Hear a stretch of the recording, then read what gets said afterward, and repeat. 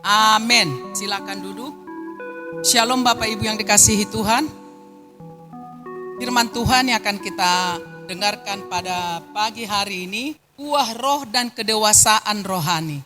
Galatia 5 ayat 16 sampai 25. Perikopnya adalah hidup menurut daging atau roh. Kita akan bacakan, mari buka semua Alkitabnya. Sekarang makin jarang jemaat bawa Alkitab ya. Kita buka Alkitab kita baca secara bergantian. Saya mulai dari ayat 16, nanti sama-sama kita di ayat yang ke-25. Hidup menurut daging atau roh. Maksudku, hiduplah oleh roh dan kamu tidak akan menuruti keinginan daging. Sebab keinginan daging berlawanan dengan keinginan roh, dan keinginan roh berlawanan dengan keinginan daging. Karena keduanya bertentangan, sehingga kamu setiap kali ingin melakukan apa yang kamu kehendaki. Namun, jikalau kamu memberi dirimu dipimpin oleh roh, kamu tidak hidup di bawah hukum Taurat. Perbuatan daging berat nyata, yaitu percabulan, pencemaran, hawa nafsu, Penyembahan berhala, sihir, perseteruan, perselisihan, iri hati, kemarahan, kepentingan diri sendiri, percekcokan, perpecahan. kebencian, kemauan, ketawaran, dan sebagainya. Terhadap semuanya itu mengingatkan kamu, seperti yang telah berbuat dahulu, bahwa barang siapa melakukan hal-hal yang demikian, dia tidak akan mendapat bagian dalam kerajaan Allah. Namun, buah roh ialah kasih, sukacita, damai sejahtera, kesabaran, kemurahan, kebaikan, kesetiaan.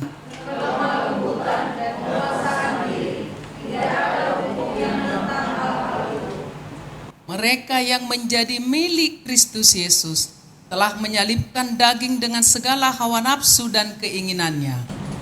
Jikalau kita hidup oleh roh, baiklah hidup kita juga dipimpin oleh roh. Amin. Yang berbahagia ialah mereka yang mendengar dan melakukan firman Tuhan itu dalam kehidupan. Setiap manusia yang lahir ke dunia ini membawa natur dosa dalam dirinya. Dosa membuat hati manusia menjauh dari Allah. Dosa menyebabkan keinginan manusia bertentangan dengan kehendak Allah. Makanya jangan heran kalau waktu anak kita masih kecil, kita belum pernah mengajari dia berbuat dosa. Tetapi anak kita sudah bisa melakukan hal yang jahat terhadap saudaranya. Dia bisa memukul. Kalau kita bagi makanan atau bagi sesuatu, kalau anak kita lebih dari satu, anak kita sudah bisa berbuat curang. Anak kita sudah bisa iri kepada saudaranya. Padahal kita belum pernah mengajari mereka berbuat dosa. Karena setiap manusia yang lahir ke dunia ini mewarisi natur dosa yang dari Adam yang telah jatuh dalam dosa itu. Tanpa Allah, manusia cenderung hidup mengikuti keinginan daging. Tidak ada manusia yang pengennya hidup baik. Terus hidup baik dari kecil padahal dia tidak kenal Tuhan, enggak ada. Sebesar apapun keinginan kita untuk hidup berkenan di hadapan Allah, kalau kita hanya mengandalkan kekuatan kita sendiri, kita tidak akan pernah mampu. Kita belajar seperti orang Israel dahulu, taat kepada hukum Taurat. Tetapi mereka gagal. Usaha manusia hanya kesia-siaan belaka. Tanpa kehadiran Allah di dalam hidup kita, tanpa kehadiran Roh Kudus, manusia tidak memiliki kuasa untuk mengalahkan kedagingan. Itu yang mau kita pelajari hari ini. Puji Tuhan, melalui karya keselamatan di dalam Yesus Kristus, melalui karya salib, kita tidak dibiarkan binasa. dalam kehidupan kita yang lama. Belas kasihan Tuhan diberikan bagi kita semua. Salib Kristus bukan hanya mengampuni dosamu dan dosaku.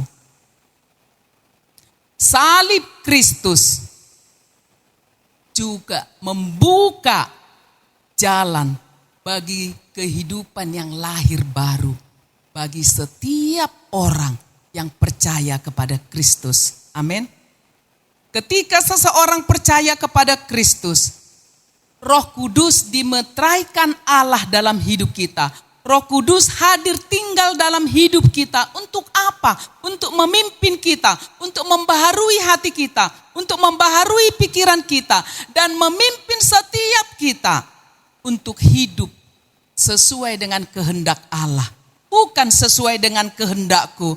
Orang yang percaya kepada Kristus tidak bisa lagi hidup semau gue. Tidak bisa lagi hidup asal-asalan. Orang yang percaya kepada Kristus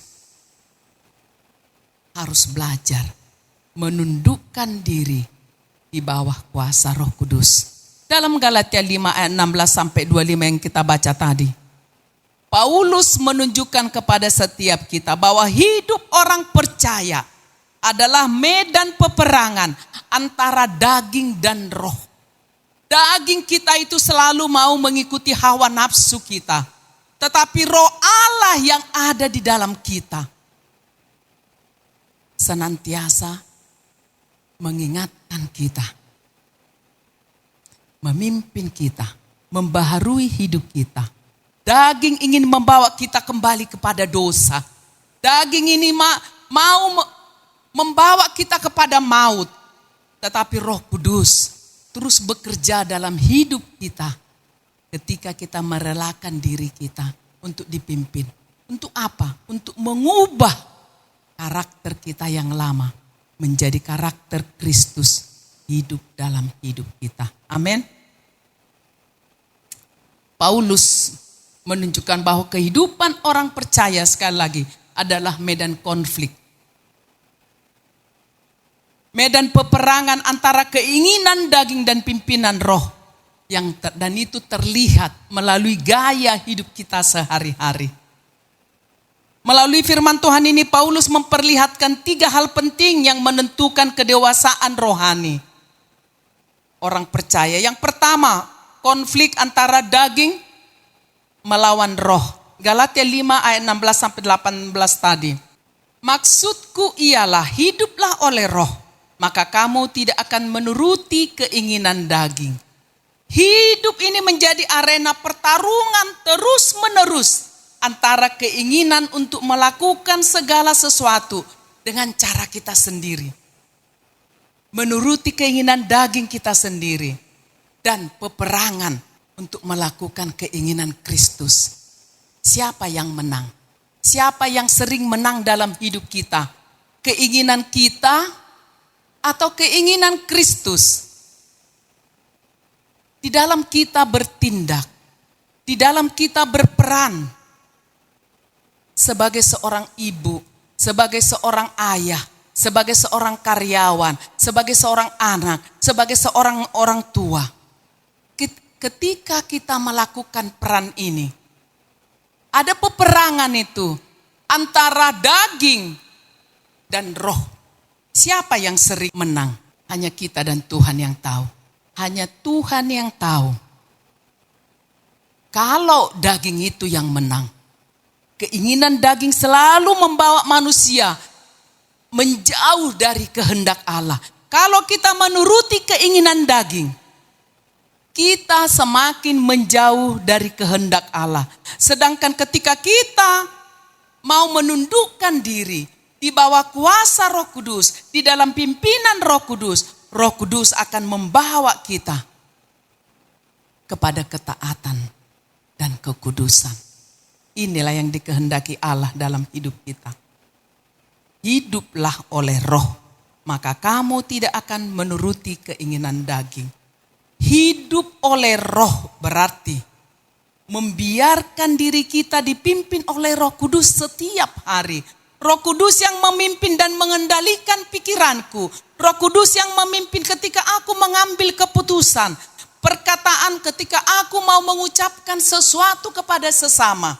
Aku pertimbangkan perkataan itu. Ketika perkataanku selalu menyakiti hati orang, berarti daginglah yang memimpin aku. Mautlah yang mengintai hidupku. Tetapi ketika aku di dalam setiap interaksiku dengan sesama, aku memikirkan apa dampaknya? Berkenankah kepada Tuhan? Sesuaikah kehendak Tuhan? Apa aku harus melampiaskan apa yang aku inginkan?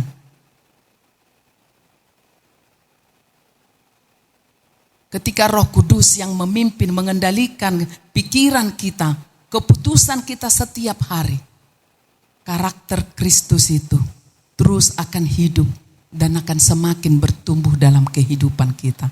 Amin.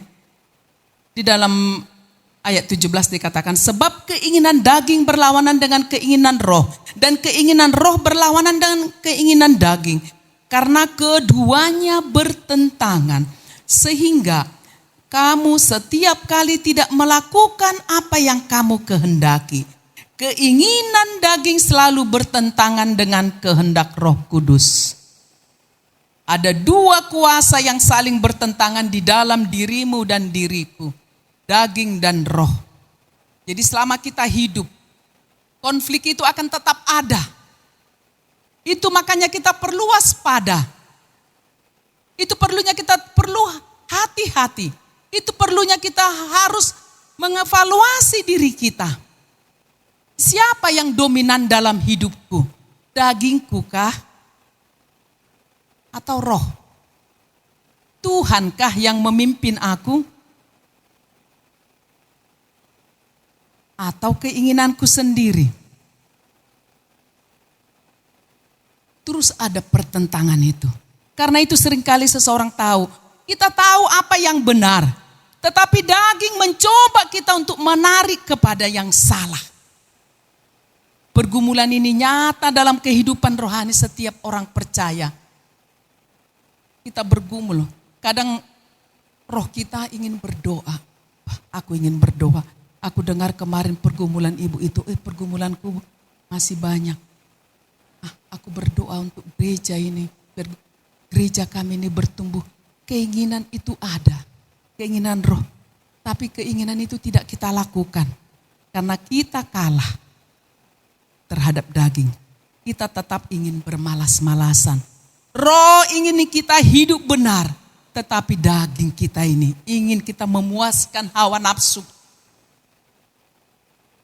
Apa yang menyukakan hati kita, apa yang menyenangkan hati kita, apa yang membuat kita bahagia menurut ukuran dunia, itu yang selalu, yang paling sering menguasai hidup kita. Apa yang membahagiakan aku, yang sesuai dengan kehendak Allah. Pernahkah itu terpikirkan dalam hati kita? Pernah enggak hal itu terpikirkan oleh kita? Atau hidup kita udah biasa aja? Orang percaya tidak bebas dari konflik ini, tetapi dipanggil untuk tidak menuruti keinginan daging. Keinginan daging itu berbicara tentang sifat manusia lama yang cenderung melawan kehendak Allah. Daging selalu menarik manusia kepada dosa, ego, hawa nafsu, iri hati, dan pemberontakan terhadap Allah. Sedangkan Roh Kudus mau memimpin kita kepada ketaatan kepada Allah. Daging itu selalu ingin membawa kita kembali kepada dosa. Jangan kira karena kita rajin ibadah, rajin melayani, iblis itu jadi tinggal diam.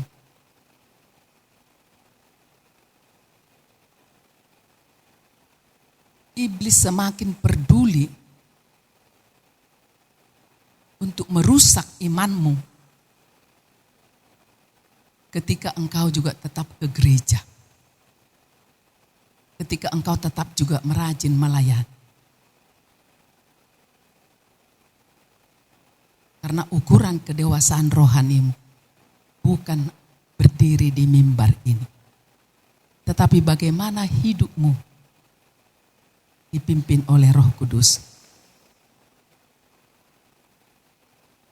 Orang yang dewasa rohani bukan orang yang tidak bergumul, tetapi orang yang terus memilih taat kepada Roh Kudus di tengah pergumulannya. Orang yang tidak memiliki roh biasanya mengikuti dosa tanpa pergumulan. Kalau kita melihat ada orang Kristen, dia orang Kristen, KTP-nya Kristen, ke gereja tiap minggu, rajin melayani. Bahkan dari Senin sampai Minggu ada kegiatan gereja dia hadir. Tetapi ketika melakukan dosa, dia biasa-biasa saja. Kita lihat, waktu kita pertama kenal dia orang yang gampang banget marah. Orang yang suka iri hati. Orang yang suka mengeluarkan kata-kata yang menjatuhkan orang lain. Orang yang suka memaksakan kehendak. Dia biasa aja gak merasa berdosa dengan itu.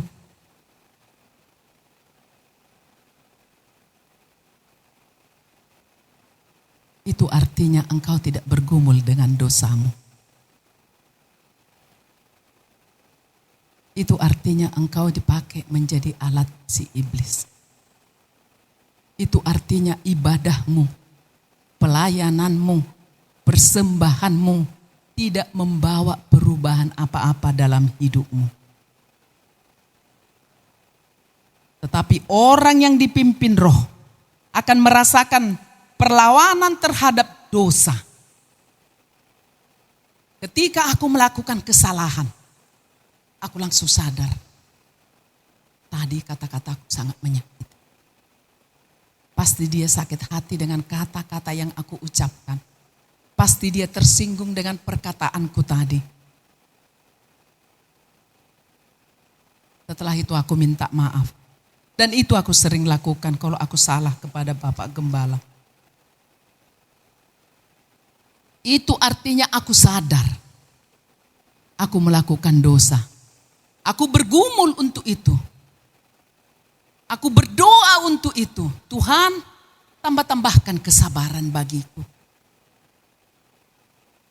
Sehingga ketika segala sesuatu belum sesuai dengan kehendakku dan kehendakmu, hal itu tidak menjauhkan aku darimu. Amin. Amin.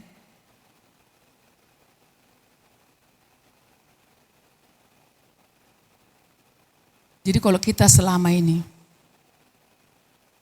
melakukan kesalahan, melakukan dosa, tapi kita tidak sadar, kita biasa aja, mari bertobat.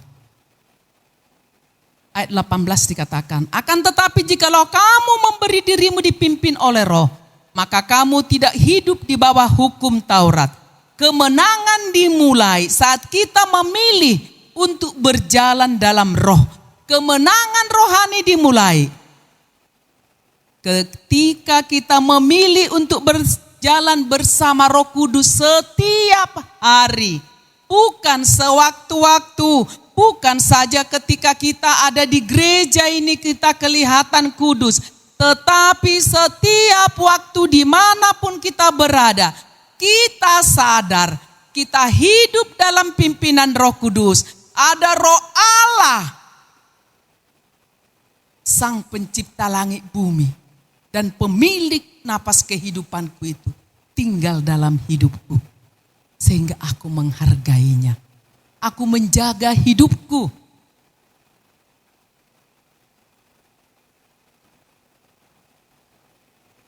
Saya suka miris melihat orang yang suka merendahkan, apalagi ini dalam hubungan keluarga.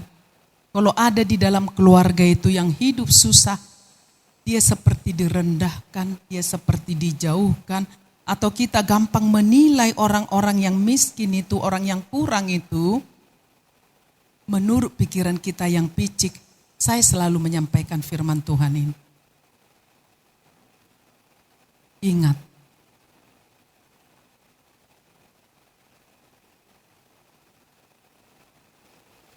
dia tidak bisa melawanmu. Mungkin dia tidak bisa membela dirinya. Tapi ingat, Tuhan, sang pemilik dia, melihat apa yang kita lakukan.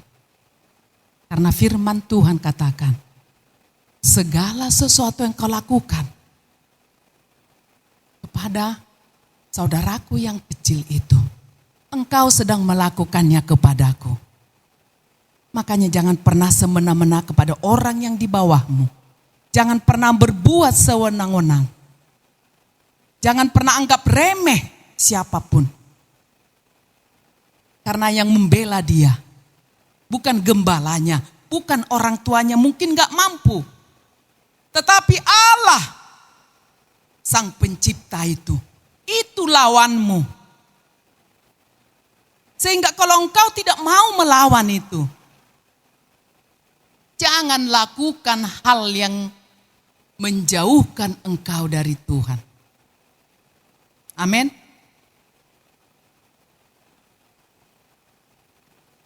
Di dalam Roma 18 ayat 13 dikatakan, jika oleh roh kamu mematikan perbuatan-perbuatan tubuhmu, kamu akan hidup.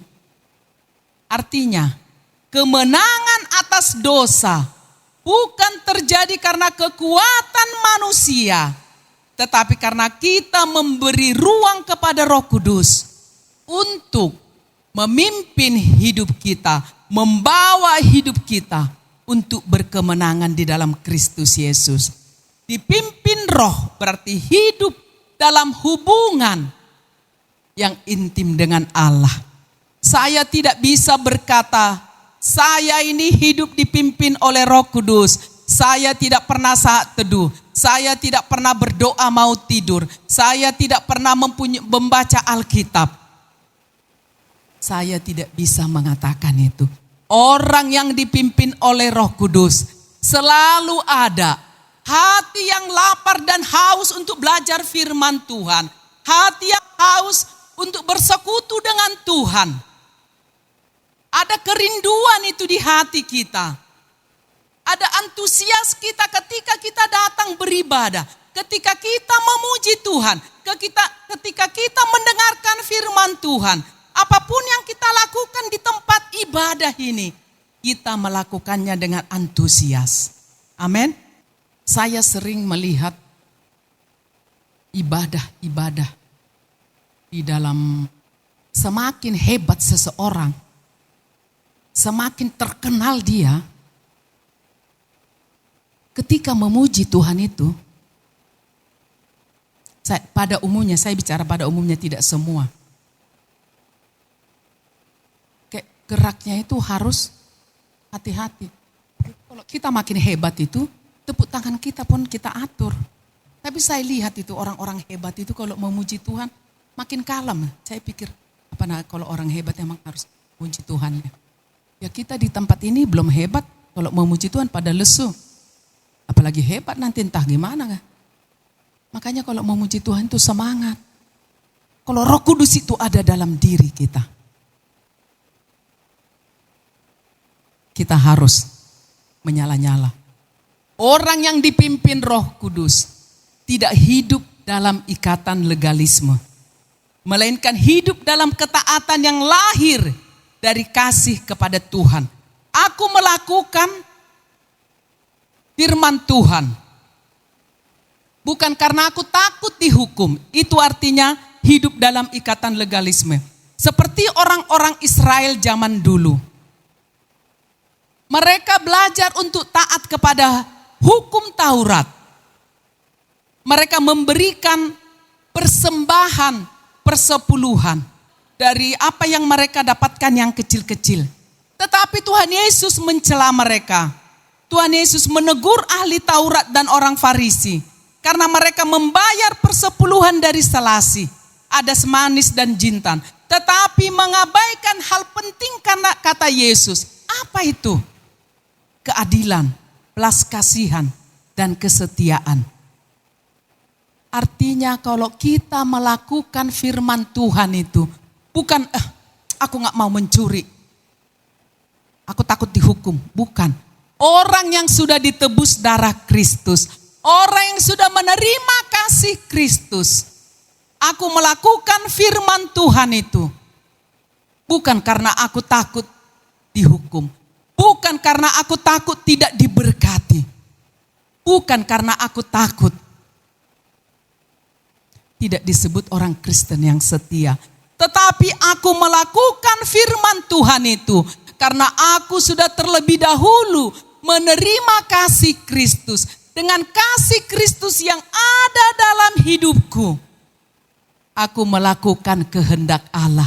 Aku mengasihi suamiku, aku mengasihi anak-anakku, aku mengasihimu sebagaimana Kristus telah mengasihiku. Amin. Aku tidak layak dikasihi Kristus.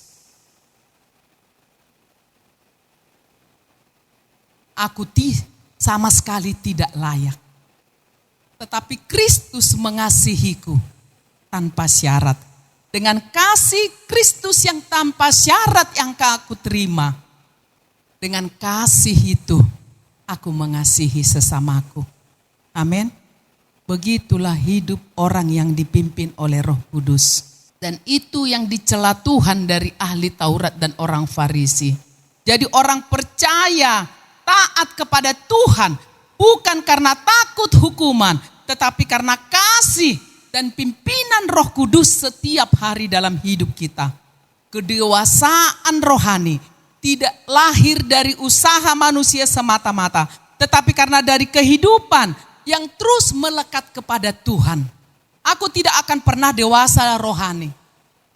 Aku tidak akan pernah dewasa di dalam Tuhan kalau hidupku tidak melekat kepada Tuhan. Semakin seseorang dekat kepada Tuhan, semakin Roh Kudus bekerja membentuk karakter Kristus itu hidup dalam hidupku.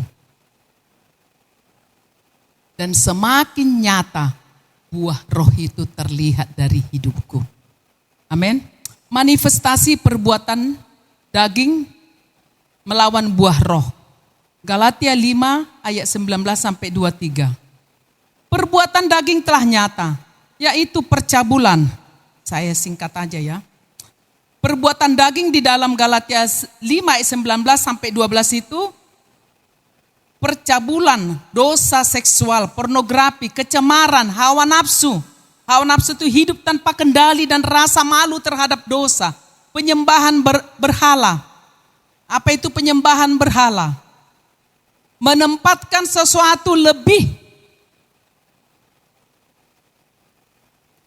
penting daripada Tuhan. Kalau orang dulu menyembah berhala, menyembah patung, kalau sekarang kita menempatkan sesuatu lebih daripada Tuhan. Apa itu? Mungkin anakmu, mungkin suamimu, mungkin hartamu, mungkin pekerjaanmu, dan yang lain. Sihir, berhubungan dengan kuasa gelap, perseteruan, perselisihan, hati yang tidak dipenuhi kasih, iri hati, amarah, kepentingan diri sendiri, percideraan, roh pemecah, kedengkian, kemabukan, pesta pora, dan sebagainya. Dan sebagainya. Apa itu dan sebagainya? Ada 15 dosa yang ditulis oleh Rasul Paulus. Ada 15 kedagingan yang ditulis Rasul Paulus. Masih ada enggak yang lain? Masih banyak banget. Makanya dikatakan dan sebagainya. Perbuatan daging terlihat jelas dan merusak. Baik secara moral maupun relasi. Merusak apa? Relasi kita dengan Tuhan dan relasi kita dengan sesama. Ketika perbuatan daging ini masih melekat dalam hidupku, pasti merusak hubunganku dengan suamiku. Karena apa? Karena aku akan hidup egois. Kalau dia tidak menuruti keinginanku, petaka baginya. Kalau aku iri hati, melihat saudaraku, istri wakil gembala hari ini dia blazer baru hijau bagus lagi. Kapan?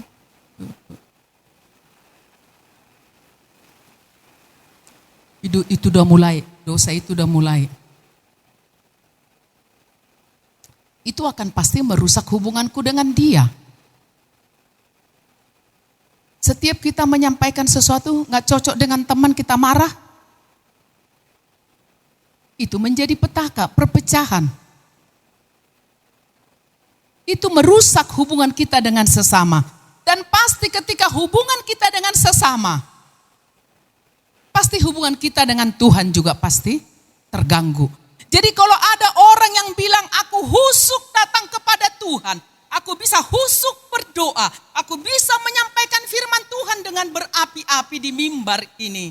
Tetapi aku tidak mengasihi saudaraku. Aku melihat saudaraku yang kekurangan tapi aku tidak peduli. Aku tidak belajar membangun hubungan dengan sesamaku. Aku adalah seorang pembohong. Tidak mungkin aku bisa datang kepada Tuhan. Makanya sekarang saya gampang banget mengampuni orang yang bersalah. Kenapa? Saya takut banget kalau hidup anak-anak saya gak diberkati Tuhan. Selain saya takut gak masuk surga, saya pengen melakukan kehendak Allah. Saya berdoa, saya selalu kalau ada, saya harus mengampuni. Saya harus mengampuni. Belajar, Tuhan mampukan aku. Tuhan mampukan aku untuk mengampuni, melepaskan pengampunan itu.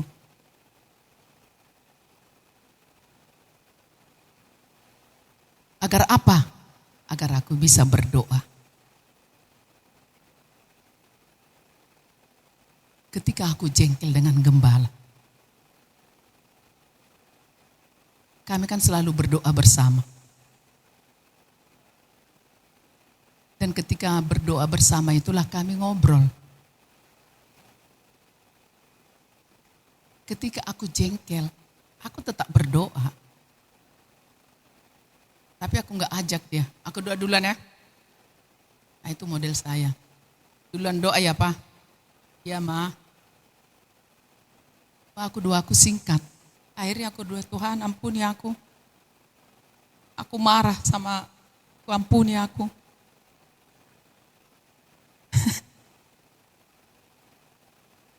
Jadi gak mungkin kita mengatakan kita tetap berjalan mengikuti keinginan daging, tetapi hubungan kita dengan Tuhan pasti rusak. Hubungan sesama, itu makanya perlunya dari hari ke hari, kita harus belajar itu. Jangan ada orang yang terus seperti itu, kita harus belajar. Apa yang harus aku perbaiki dari diriku? Kita lihat setiap hari. Apa yang bisa kita pelajari? Terus kita harus belajar untuk lebih baik. Apa yang harus aku lakukan untuk memperbaiki hubunganku dengan suami dan memperbaiki hubunganku dengan Tuhan, memperbaiki hubunganku dengan anak, memperbaiki hubunganku dengan sesama. Karena apa? Daging itu selalu mendorong kita untuk memuaskan keinginan kita tanpa kita memikirkan kehendak Allah. Di dalam ayat 22 dikatakan, tetapi buah roh ialah kasih, sukacita, damai sejahtera, kesabaran, kemurahan, kebaikan, kelemah lembutan, dan penguasaan diri. Tidak ada hukum yang menentang hal-hal itu. Buah roh itu hanya 9. Tetapi tadi kita lihat, kedagingan itu ada 15 dan di belakangnya masih ada dan sebagainya. Pertanyaannya bagi kita semua, buah roh ini adalah karakter Kristus. Karakter Kristus yang mana yang sudah ada di dalam hidup kita saat ini. Kasih kah, sukacita kah, damai sejahtera kah, kebaikan kah, kemurahan kah, penguasaan diri kah? Yang mana yang ada di dalam kita? Kesabaran kah, kesetiaan, kelemah lembutan? Karakter Kristus yang mana yang sudah hidup dalam hidup kita? Yang tahu siapa? Kita sama orang-orang yang serumah dengan kita. Orang-orang yang setiap hari bersama dengan kita. Sebaliknya, buah roh adalah karakter Kristus yang bertumbuh dan dalam hidup orang percaya. Buah roh bukan sekedar perubahan perilaku dari luar. Jadi buah roh itu bukan hanya kita ibadah, hanya kita mengikuti setiap kegiatan gereja, bukan. Tetapi karakter Kristus yang terus bertumbuh di dalam hati kita. Terus ada perubahan. Dari hari ke hari kita dipanggil untuk menjadi serupa dengan Kristus. Sehingga karakter Kristus ini harus terpancar dari kehidupan setiap orang percaya. Kasih harus menggantikan kebencian. Kalau engkau ada yang selama ini engkau benci, dengan kasih Kristus yang sudah aku terima, aku lepaskan pengampunan. Aku ampuni dia, kebencian hilang. Sukacita menggantikan kepahitan dan keluh kesah. Suamiku sangat jahat kepadaku, makanya aku kepahitan. Dengan Roh Kudus yang ada di dalam hidup kita, kepahitan dan keluh kesah itu menjadi sukacita. Kita memilih bersukacita di dalam Tuhan. Amin. Damai sejahtera menggantikan kekacauan dan ketakutan kita. Kita tidak selalu takut apa yang harus ku makan besok. Bagaimana uang sekolah anak-anakku besok. Bagaimana kontrakanku besok. Bukan itu yang menguasai hati kita. Tetapi kita minta damai sejahtera Tuhan itu senantiasa. Sehingga kita percaya bahwa anak-anak Tuhan tidak akan dibiarkan meminta-minta. Itu tertanam kuat dalam hidup kita. Kesabaran menggantikan kemarahan dan sikap mudah menyerah. Kita coba sekali gagal, kita langsung udahlah, memang Tuhan gak berkenan. Bawa Tuhan padahal engkau gak dipimpin Roh Tuhan. Kemurahan menggantikan kekerasan hati kita dan sikap tidak peduli. Ada kemurahan sebagaimana Kristus. Seperti setiap dia melihat orang yang menderita, ada belas kasihan. Hal yang sama ada dalam hidupmu, dalam hidupku. Kebaikan menggantikan kejahatan dan egois iri hati yang ada di dalammu. Jangan pernah engkau memaksakan kehendakmu kepada orang lain. Jangan engkau pernah susah melihat orang lebih baik hidupnya. Dan engkau senang ketika orang lain jatuh di bawahmu. Kelemah lembutan menggantikan kesombongan yang ada dalam diri kita. Menggantikan segala kekerasan hati kita dan penguasaan diri. Menggantikan hawa nafsu dan kehidupan kita yang tidak terkendali. Kita harus melakukan yang baik menurutku ini, yang baik menurutku ini. Tidak. Apa yang Tuhan kehendaki. Makanya Paulus berkata buah roh. Artinya buah itu muncul ketika kita terus dipimpin oleh Roh Tuhan. Buah roh bukan hasil usaha manusia semata, tetapi dari hasil hidup yang tinggal dalam roh. Ini yang harus sekali lagi kita perhatikan. Hidup dalam roh, seperti pohon yang melekat pada sumber air, akan menghasilkan buah. Kalau pohon itu ditanam dekat sumber air, pohon itu akan menghasilkan buah. Demikian juga orang yang hidup dekat dengan Roh Kudus akan memancarkan karakter Kristus itu setiap saat. Makanya Tuhan Yesus ketika di dalam Yohanes 15 ayat 5 dikatakan, akulah pokok anggur dan kamulah ranting-rantingnya. Barang siapa tinggal di dalam aku dan aku di dalam dia, ia berbuah banyak. Sebab di luar aku, kata Tuhan Yesus, kamu tidak berbuat apa-apa. Sehingga setiap kita harus tinggal di dalam Tuhan, untuk kita menghasilkan karakter Kristus itu dalam hidup kita. Melekat kepada pokok anggur. Kristus adalah pokok anggur dan aku adalah rantingnya. Aku tidak mungkin, ranting ini tidak mungkin menghasilkan buah tanpa aku hidup melekat. Ada 9 buah ketika aku melekat kepada Kristus. Ada 9 buah yang akan aku hasilkan. Sehingga setiap buah, ada buah ini, buahnya Pak Polin, buahnya Ibu Reni, semuanya menghasilkan 9 buah. Sehingga setiap kita yang ada di tempat ini, ketika kita hidup melekat kepada Kristus, buah roh itu yang menghasilkan 9 rasa. Kasih, sukacita, damai sejahtera, kebaikan, kesetiaan, kemurahan, pengendalian diri, dan lain sebagainya. Itu ada dalam hidup kita. Amin. Itu akan ada ketika kita hidup melekat dengan Dia.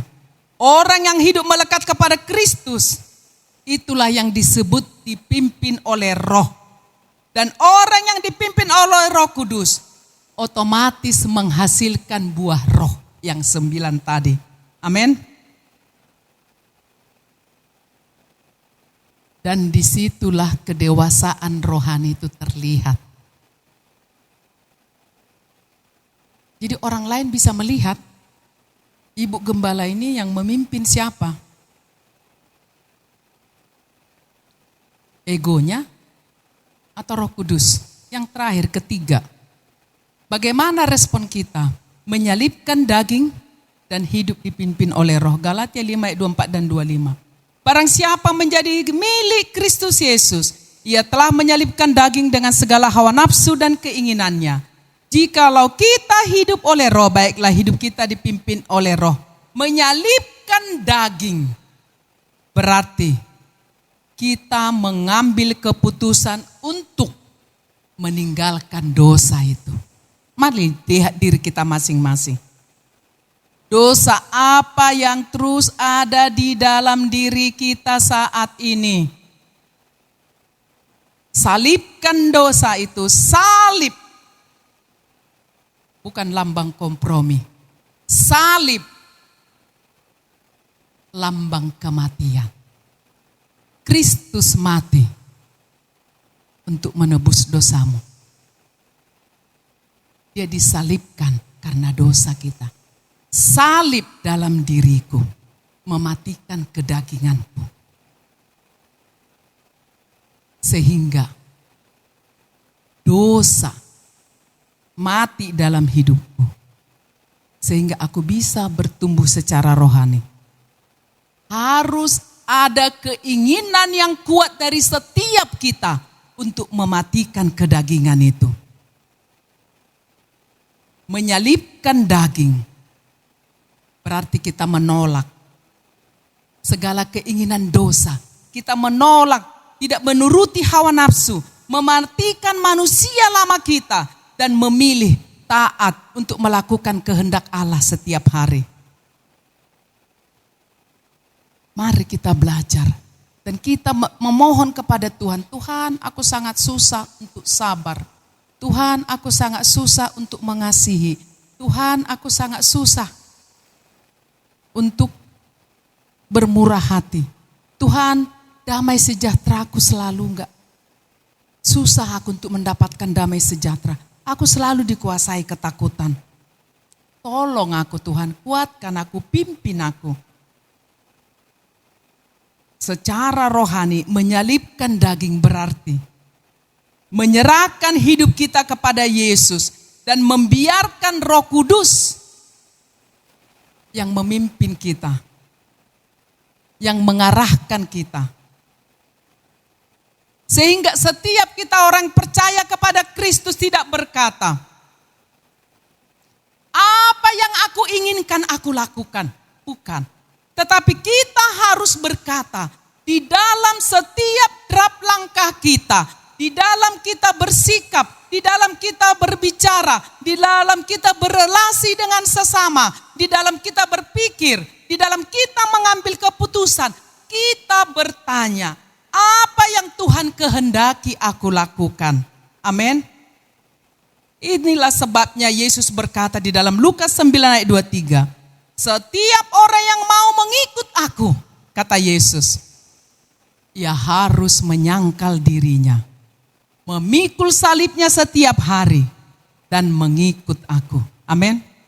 Menyalibkan daging, kehidupan penyerahan total kepada Tuhan, di mana manusia lamamu mati.